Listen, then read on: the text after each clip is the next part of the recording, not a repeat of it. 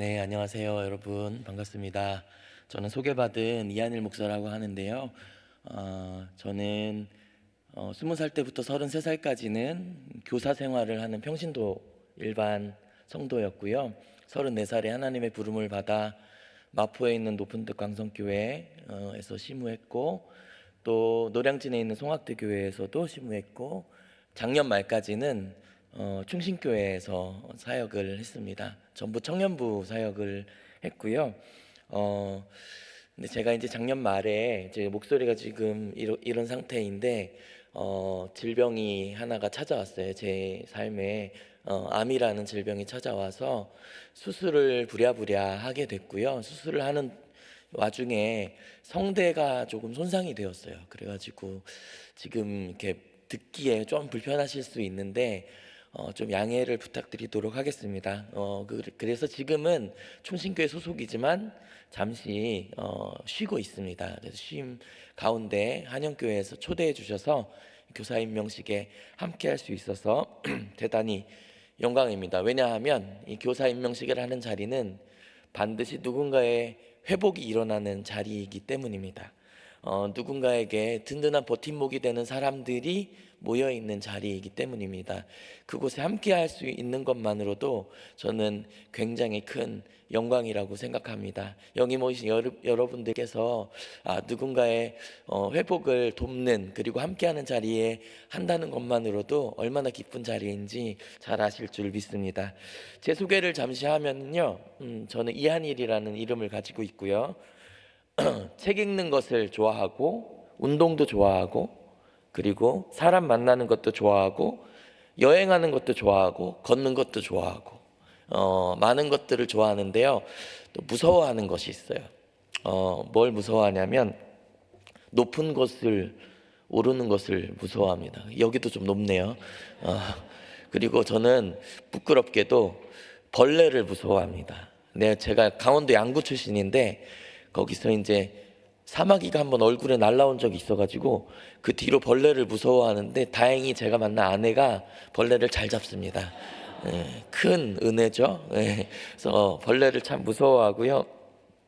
그리고 저는 화장실이 없는 곳에 있는 것을 무서워합니다. 왜냐하면 제 장이 자유의지를 가졌어요. 그래가지고 화장실이 없는 버스, 특히 고속버스나 이런 공간에 가면 제 장이 움직이기 시작합니다. 그럼 배가 아프기 시작하거든요. 그런 무서움을 가지고 있는데요. 그러니까 하나님께서는 또 저는 뭘 무서워하냐면 사람들 앞에 서는 것을 무서워합니다. 지금 굉장히 긴장되고 떨리는데요. 하나님께서는 화장실도 갈 수 없고 사람 앞에 서야만 할 수밖에 없는 이 설교자의 자리로 저를 부르셨어요. 되게 아이러니하죠.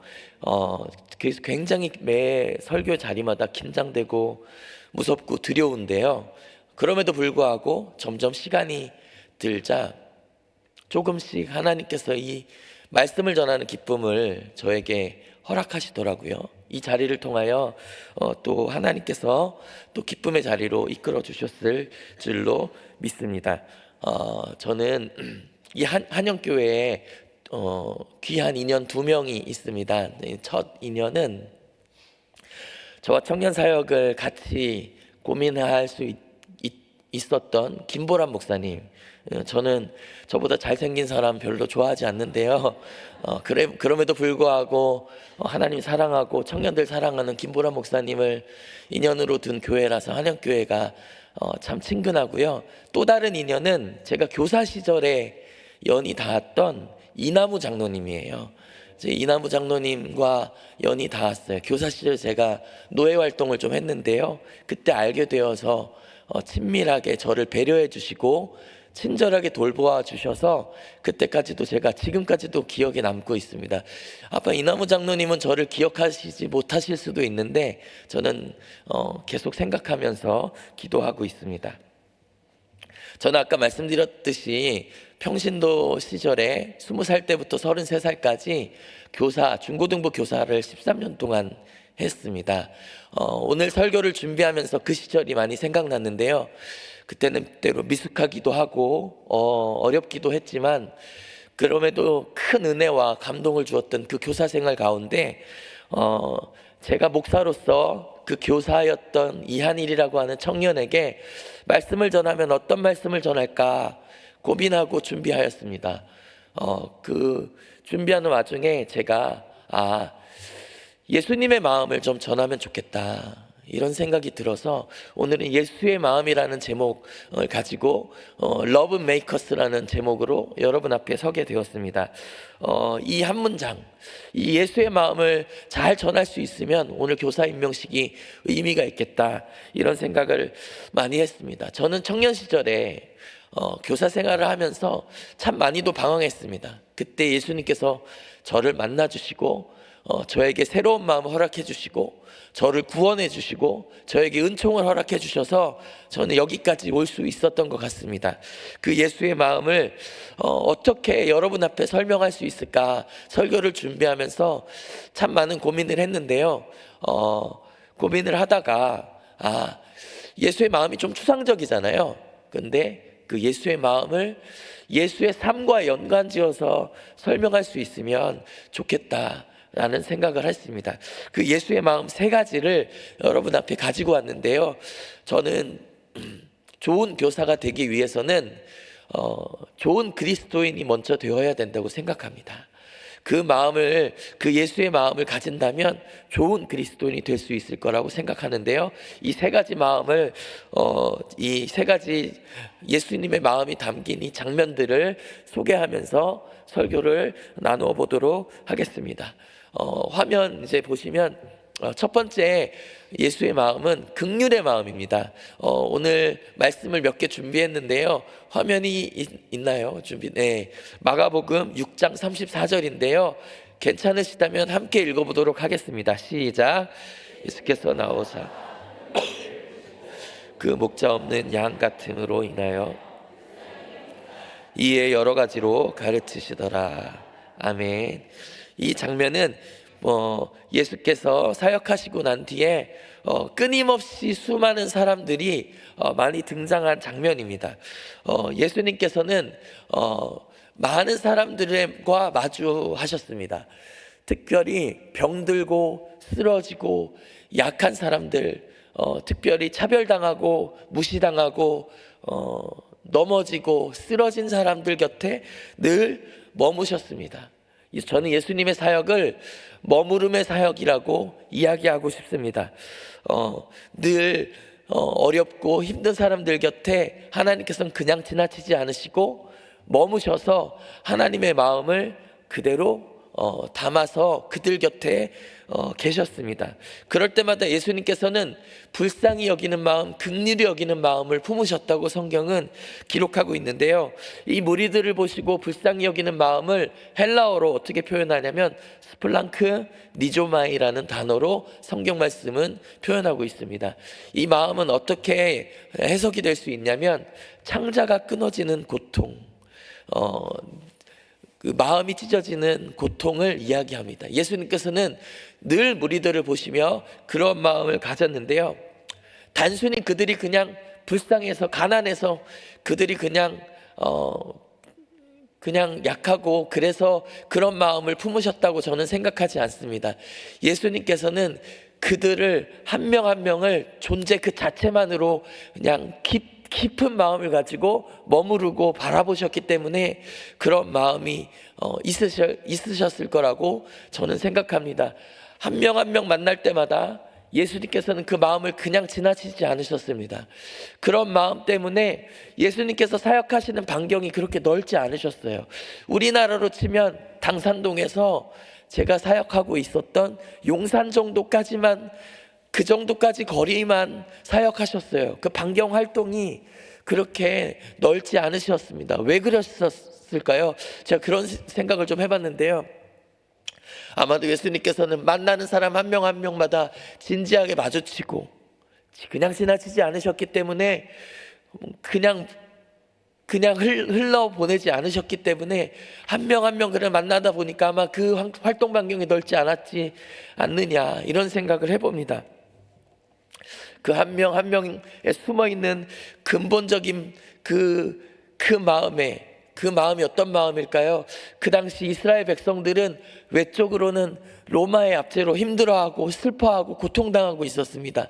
내적으로는 종교 지도자들의 그 정죄와 억압으로 인해서 내적으로는 정죄를 당하고 있었습니다. 그 어려움을 함께 당하고 있는 그 슬픔과 예수님께서는 바로 마주하고 그 마음 가운데 긍휼함을 가지셨기 때문에 포기하지 않으시고 그들과 함께 하셨고 그들을 위로하시고 그들의 슬픔에 머무르셨고 그들을 사랑하셨습니다. 저는 이 마음이 첫 번째로 필요하다고 생각합니다. 한 영혼을 지나치지 아니하고 깊이 바라보는 긍휼한 마음이 교사들 가운데 있을 때, 아이들 가운데, 학생들 가운데 그 마음을 품고 그 곁에 진지하게 머무를 때 그 친구들, 아이들과 학생들의 마음은 회복될 줄 믿습니다. 그러니 진지하게 그 삶을 바라보려면 단순히 그 영혼만 알아서는 안 되고 그 영혼, 그 시대, 그 문화, 그들이 가지고 있는 학교와 그들이 지니고 있는 생활이 가지고 있는 그 배경들, 그리고 부모의 시대와 그 모든 것들을 깊이 마주할 때 그런 마음들이 생겨날 줄 믿습니다. 한 존재를 그냥 지나치지 아니하고 정말 예수의 마음으로 진지하게 바라보는 마음을 우리가 가져 나아갈 때 무엇보다도 주님께서 기뻐하실 줄 믿습니다. 그리고 그 마음으로 아이들을 바라볼 때 그 아이들을 점점 한순간 한순간 회복되는 귀한 시간이 될 줄로 믿습니다. 그런 선생님이 되시기를 축복합니다. 두 번째 마음은 섬김의 마음입니다. 여기도 구절이 하나 있는데요. 화면 보시고 함께 읽어보도록 하겠습니다. 시작. 저녁 받는 중 예수는 아버지께서 모든 것을 자기 손에 맡기신 것과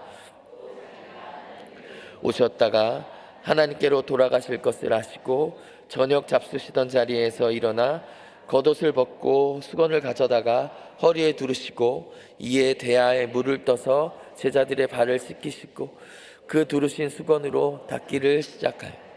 아멘. 우리 너무나 잘 알고 있는 장면이죠. 이 장면은 제자들이 잡히시기 전날 밤 마지막 만찬을 하신 식사 자리입니다. 마태, 마가, 누가복음에는 그 만찬 자리에 대한 이야기가 언급되어 있는데요.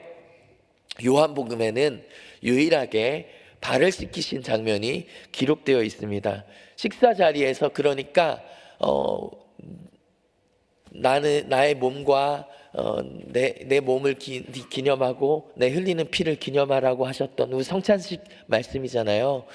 그 말씀을 하시고 나서 수건을 두르시고 대야에 물을 기르시고 제자 한 명 한 명을 씻기시는 장면이 요한복음에 기록되어 있습니다.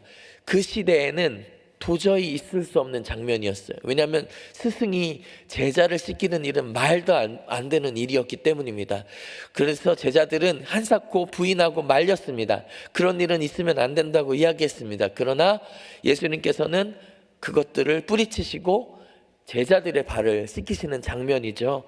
말씀 한 구절 더 읽어볼까요? 요한복음 13장 13절 14절은 씻기시고 난 뒤에 이렇게 기록하고 있습니다. 함께 읽어보겠습니다. 너희가 나를 선생이라 또는 주라 하니 너희 말이 옳도다. 내가 그러하다. 내가 주와 또는 선생이 되어 너희 발을 씻겼으니 너희도 서로 발을 씻어주는 것이 옳으니라. 아멘. 예수님께서는 새로운 가치관을 소개하시는 거예요. 세상과는 전혀 다른 가치관을 제자들에게 몸소 실천으로 보여주시고 계십니다. 이렇게 섬기는 삶을 계속해서 살아오셨고 제자들에게 보여주시고 나서 제자들의 삶은 이 부활하신 이후에 이 섬김의 삶으로 변화되기 시작했습니다. 저는 이 섬김의 삶이야말로 기독교가 가진 가장 고유하고 아름다운 가치관이라고 생각합니다. 여러분, 기독교가 무엇입니까? 기독교는 예수 그리스도를 믿는 사람들의 모임이죠. 그렇다면 예수 그리스도를 믿는다는 것은 무엇입니까? 그것은 예수 그리스도께서 보여주신 삶의 가치들을 우리의 삶으로 그대로 보여주는 것이 가장 중요한 예수를 믿는다는 것의 중요한 의미라고 생각합니다. 예수께서 보여주셨던 그 섬김의 가치를 우리도 그대로 살아내는 것이 우리에게 가장 중요하다고 할 수 있는데요, 저는 이것을 대야의 리더십이라고 이야기하고 싶습니다. 세상은 검의 리더십, 폭력의 리더십, 권력의 리더십, 돈의 리더십, 그리고 쾌락의 리더십, 욕망의 리더십으로 점철되어 있습니다. 세상은 그렇게 말하고 있습니다. 그렇게 살아야 기쁘고 즐거운 삶이라고 이야기하고 있습니다. 그러나 십자가에 달리신 예수 그리스도께서는 섬김의 리더십을 우리에게 보여주셨습니다. 대야를 가져다 놓고 우리의 발을 씻어주셨습니다.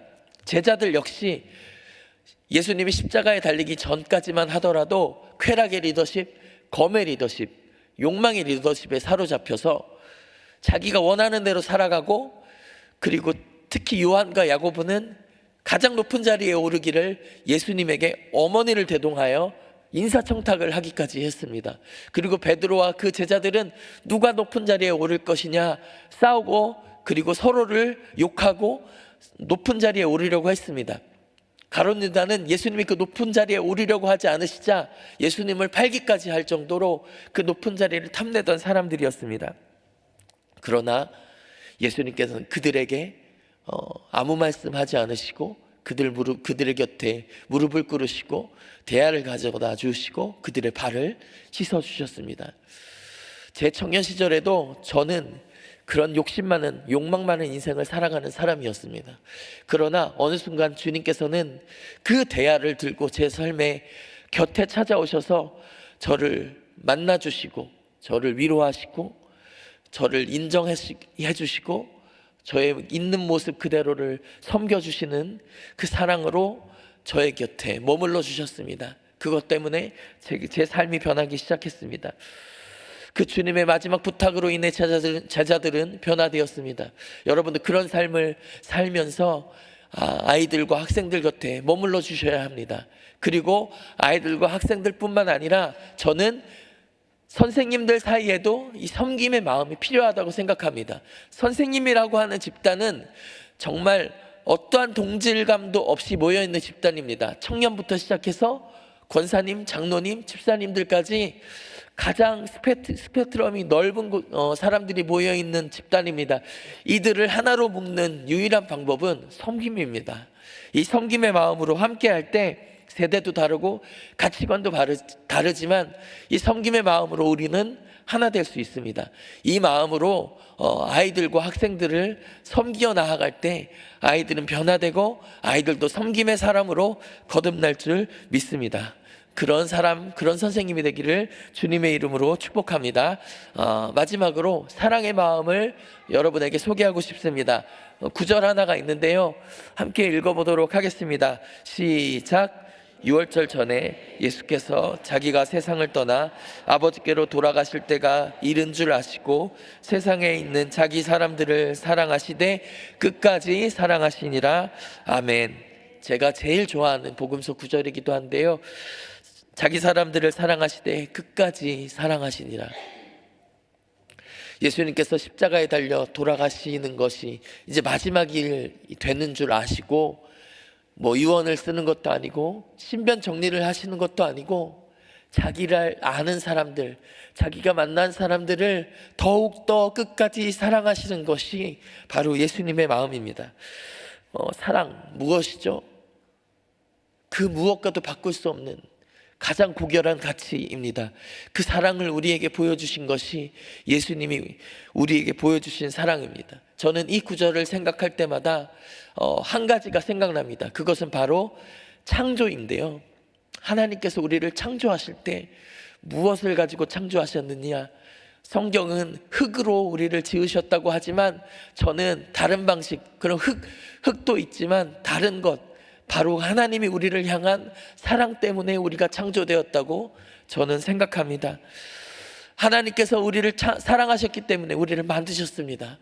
그리고 보시기에 좋았다고 표현하고 계십니다. 그리고 그 사랑으로 이 땅에 예수 그리스도를 보내셨다고 성경 말씀은 기록하고 있습니다. 하나님이 세상을 이처럼 사랑하사 독생자를 주셨다고 성경은 이야기하고 있죠. 포기하지 않는 사랑, 변하지 않는 사랑을 우리에게 보여주셨습니다. 우리가 아무리 그릇된 길로 간다 할지라도 하나님께서는 예수 그리스도를 통하여 값없이 변함없이 놀라움으로 주시는 사랑으로 우리와 함께 하십니다. 그 예수님의 사랑은 우리에게 선물이 되었습니다. 제자들은요, 아까도 말씀드렸지만 배반하고 주님을 배신하고, 베드로는요 주님을 3번이나 부인했어요.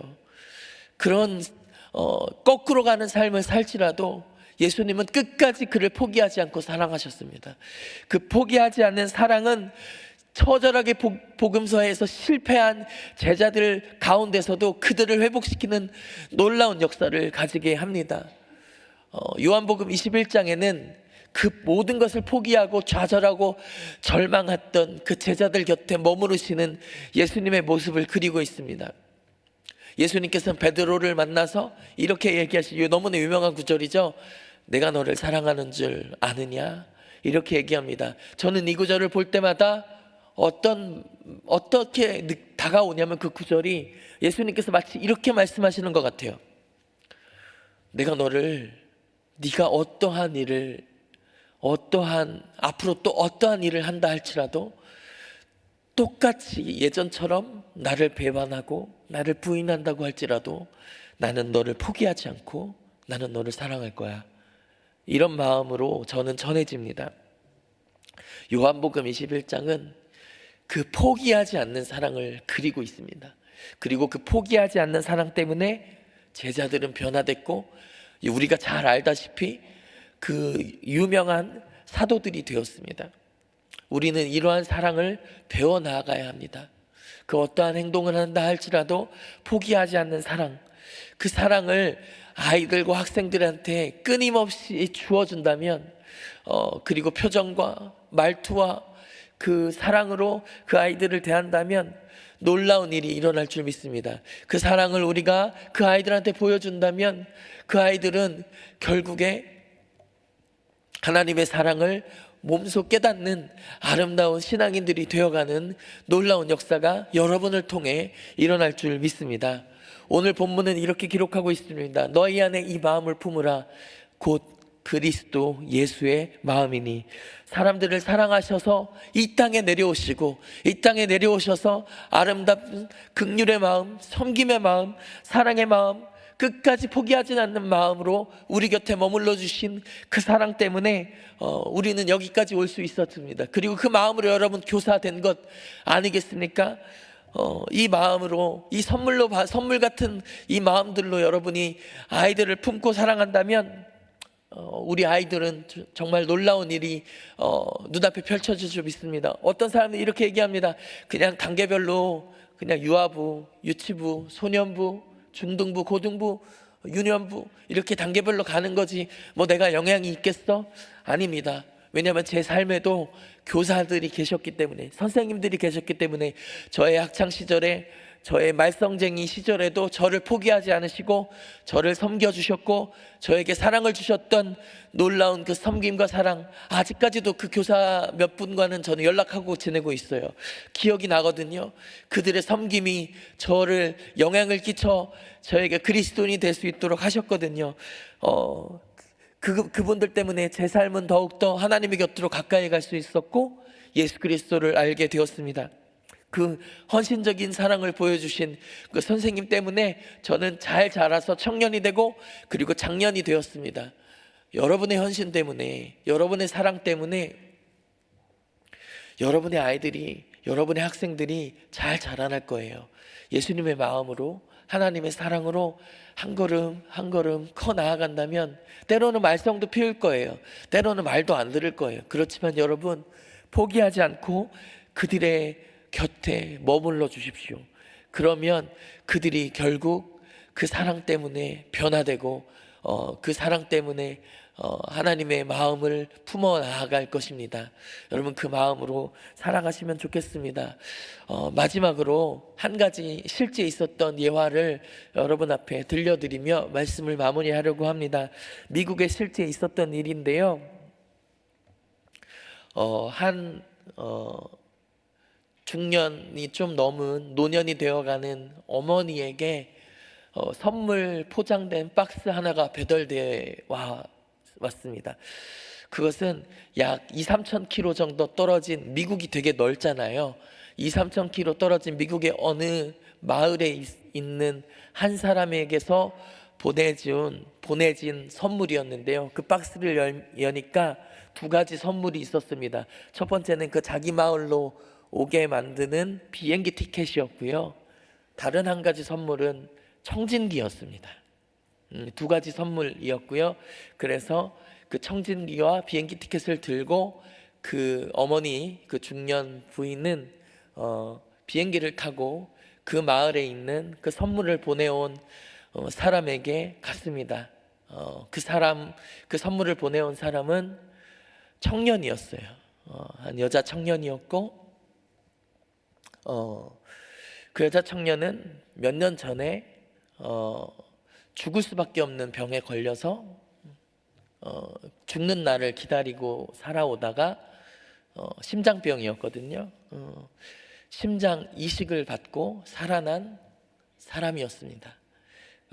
심장 이식을 누구로부터 받았냐면 그 아까 선물을 주었던 어머니의 딸로부터 받은 선물이었어요. 심장을 받은 것이죠. 알고 보니 그 어머니의 딸이 불의의 사고를 당해서 뇌사 상태가 되자 장기 기증하기로 하고 여럿의 생명을 살려가는 과정에 그 심장을 이 청년이 이식받게 된 것입니다. 그래서 선물로 청진기를 준 것이에요. 그 청진기로 귀에 꼽고 심장에 그 청진기를 대고 들어보세요. 당신의 딸의 심장 소리입니다. 라는 이야기를 했다고 합니다. 이 세상에서 가장 기쁜 소리이고 아마 가장 감격적인, 그녀에게 가장 감격적인 소리였을 거라고 생각합니다. 사랑하는 교사 여러분, 그리고 여기 모이신 성도 여러분, 우리는 예수 그리스도의 심장을 이식받은 사람들입니다. 우리는 날마다 그 소리를 하나님에게 들려드려야 합니다. 그 심장의 소리가 무엇입니까? 바로 예수님의 마음이죠. 그 마음을 하나하나 담아서 우리는 이 심장 아니었으면 살아갈 수 없는 존재들일 것입니다. 우리 심장 때문에 살아가는 것이죠. 새로운 삶과 새로운 생명을 얻었습니다. 그 이식받은 심장을 가지고 여러분 교사된 본분으로 긍휼의 마음 가지고 섬김의 마음 가지고 포기하지 않는 사랑의 마음을 가지는 작은 예수가 되어 주십시오. 그 마음을 가지고 한 걸음 한 걸음 아이 곁에 머물러 갈 때 그 아이들의 심장도 주 예수의 사랑으로 새로워지고 놀라운 변화의 물결이 이 한영교회 가운데 귀하게 일어날 줄 믿습니다. 이 마음 가지고 교사의 직분을 감당하는 아름다운 교육부 교사 되기를 주님의 이름으로 축복합니다. 기도하겠습니다. 사랑의 하나님, 감사합니다. 이 귀한 교사들이 여기 주님 앞에 서 있습니다. 하나님, 이들을 축복하여 주시옵소서. 이들 가운데 함께하여 주시옵소서. 이들이 때로는 교사 생활을 하며 어려울 때도 있으며 버거울 때도 있으며 슬플 때도 있으며 때로는 감당하기 힘들 때도 있을 줄 압니다. 하오나 하나님, 이들에게 예수의 마음을 허락하여 주시옵소서. 그 예수의 마음이 그들과 함께하여서 하나님 힘을 얻어 정말 포기하지 않고 사랑과 긍휼과 섬김의 마음으로 그 아이들과 학생들을 대하고 그들 곁에 머무를 때 주여 놀라운 변화가 일어날 줄 믿습니다. 그들과 함께하여 주시옵소서. 새롭게 하여 주시옵소서. 그래서 놀라운 일이 일어날 수 있도록 주님과 함께하여 주시옵소서. 하나님, 이 교사 임명식을 통하여 그들의 마음이 새로워지고 놀라워질 수 있도록 주님 함께하여 주실 줄 믿사옵고 예수님의 이름으로 기도합니다. 아멘.